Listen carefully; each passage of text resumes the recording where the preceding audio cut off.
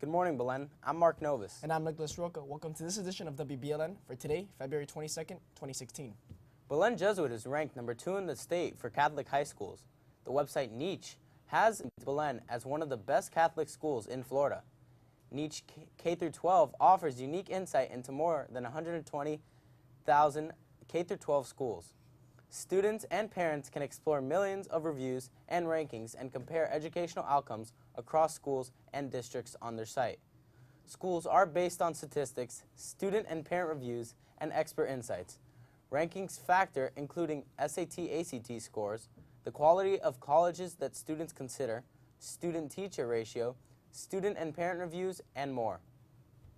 Last Friday, students in 11th grade attended the first International Conference on Climate, Nature, and Society at St. Thomas University.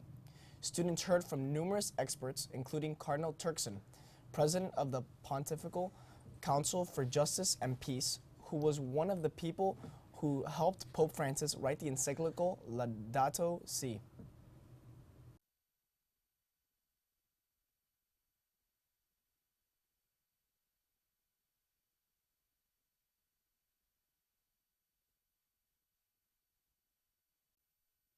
By the fictional Alabama lawyer Atticus Finch in the 1962 film To Kill a Mockingbird. The movie addresses racial injustice of the 1930s through the eyes of Finch's young daughter, Scout. These characters were first brought to life by famed author Harper Lee in a novel that would become a classic for all generations. Nellie Harper Lee was born on April 28, 1926 in the small town of Monroeville, Alabama. Lee's father was a lawyer and served as inspiration for her books, Civil Rights Hero. Following in her father's footsteps, Lee studied law at the University of Alabama and became editor of the school's humorous and literary magazine. But by age 23, she'd abandoned law and moved to New York to become a writer. There, Lee reunited with her childhood friend and fellow writer Truman Capote, assisting him in the research that led to his famous novel In Cold Blood. Lee's first novel, To Kill a Mockingbird, was published in 1960 and received the Pulitzer Prize in 2007. President George W. Bush presented Lee with the Medal of Freedom, but for most of her life she stayed out of the spotlight. In one of the few interviews Lee ever granted, she offered a glimpse into her thoughts, saying, "I want to do best I can with the talent God gave me. All I want to be is the Jane Austen of South Alabama." In 2015, the literary world was stunned by the discovery of a second Harper Lee manuscript titled Go Set a Watchman. Would be published, completed in 1957, Watchman was actually written before To Kill a Mockingbird and features Scout and Atticus some 20 years later. Watchman has become a bestseller and fastest-selling book in HarperCollins publishing history. Through all fanfare, Harper Lee remained quiet, rarely seen or heard from, but forever remembered for inspiring the world through her writings. She was an American author who had an impact on our society through her book, To Kill a Mockingbird. To Kill a Mockingbird is her story which talks about the issues of racial injustices in Alabama during her youth.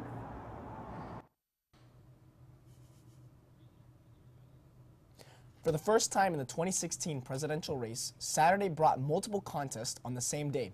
Democrats weighed in on a tight contest in Nevada, and Republicans cast the first ballot in the South. The balloting started at 7 a.m. Saturday in South Carolina, but the contest out west brought the day's first results. Hillary Clinton entered Nevada's Democratic caucuses out on top.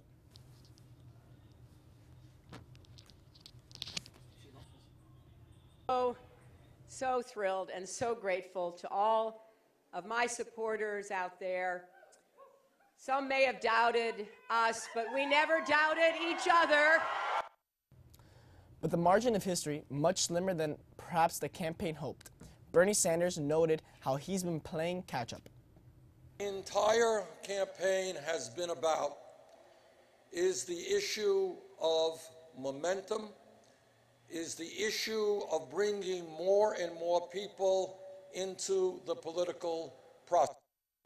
From first in the West to first in the South, Donald Trump led by double digits in most polls, heading into Saturday's contest, and he posted his second victory of the 2016 Republican race. Let's go. Let's have a big win in Nevada. Let's have a big win at the SEC. Let's put this thing away. But with Trump's victory, a departure from the race, Jeb Bush, the one-time frontrunner, help from his famous family in this critical state was not enough. Of Iowa and New Hampshire and South Carolina have spoken, and I really respect their decision. So tonight, I am suspending my campaign. Next up for the remaining Republicans' party caucuses in Nevada tomorrow. The Democrats come here to South Carolina for the first time in the South primary next Saturday.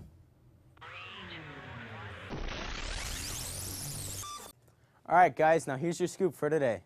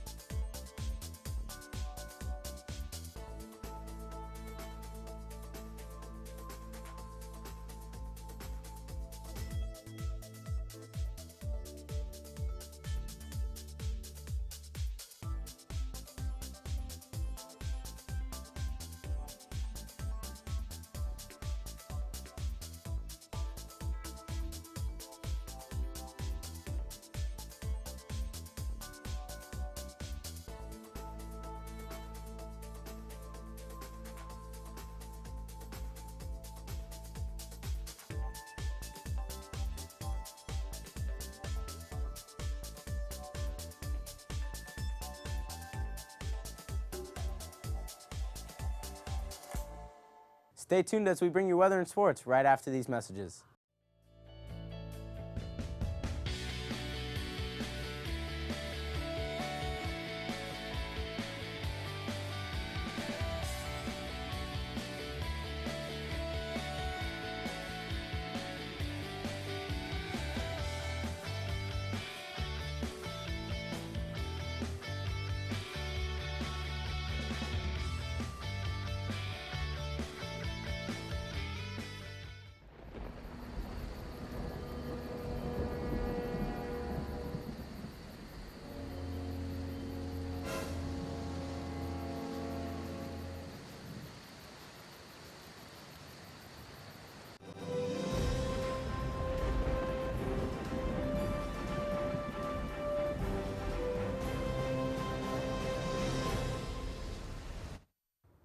Good morning, Belen. Right now the weather seems fine outside. There may be a couple showers, but other than that, it should be a great day. Let's look at the map. As you can see, there's very few cloud coverage, maybe some up top in the north, but other than that, like I said, it should be a fine day. Let's look at the highs and lows for today. It should be a high of 78 and a low of 69, with the relative humidity at 66%. The winds coming from the east at 10 miles an hour. It should be a little cloudy with a 20% chance of rain. And for the next 3 days, tomorrow, should be a high of 80 and a low of 70 with a 70% chance of rain. On Wednesday, a high of 81, low of 63, with a 50% chance of rain. And on Thursday, a high of 73 and a low of 54 with AM showers. That's all for weather. Now back to you guys.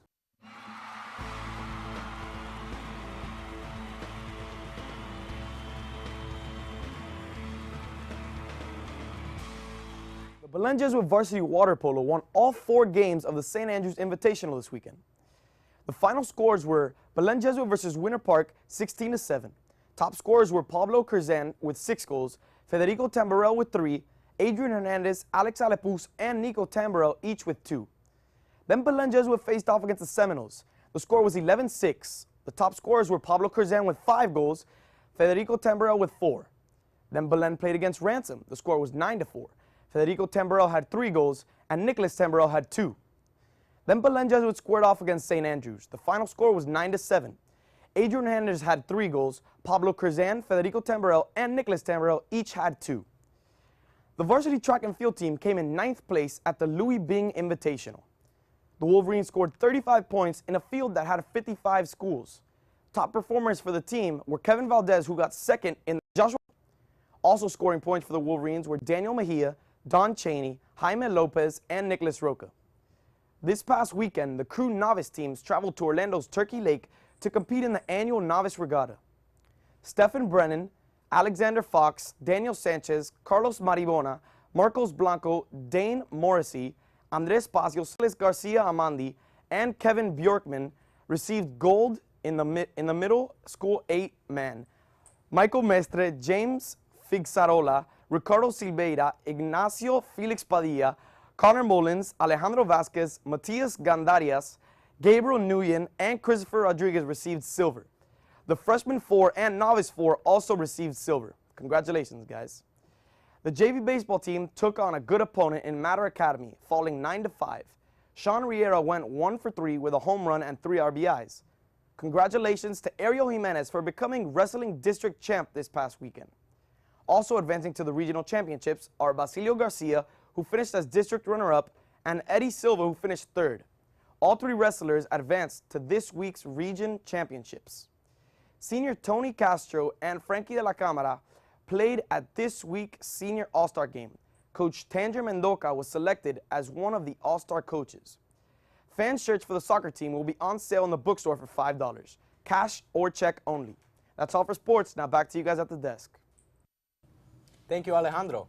Because Lent is the time to prepare for the passion, death, and resurrection of our Lord, we want to invite everyone to participate in the traditional Lenten practice of accompanying our Lord on his way to Calvary. Beginning this Friday and every Friday during Lent, we will be reflecting on the Stations of the Cross in the Garrido Plaza. This will happen during homeroom. Please come out and witness your faith by participating in this Lenten activity. Everyone is invited.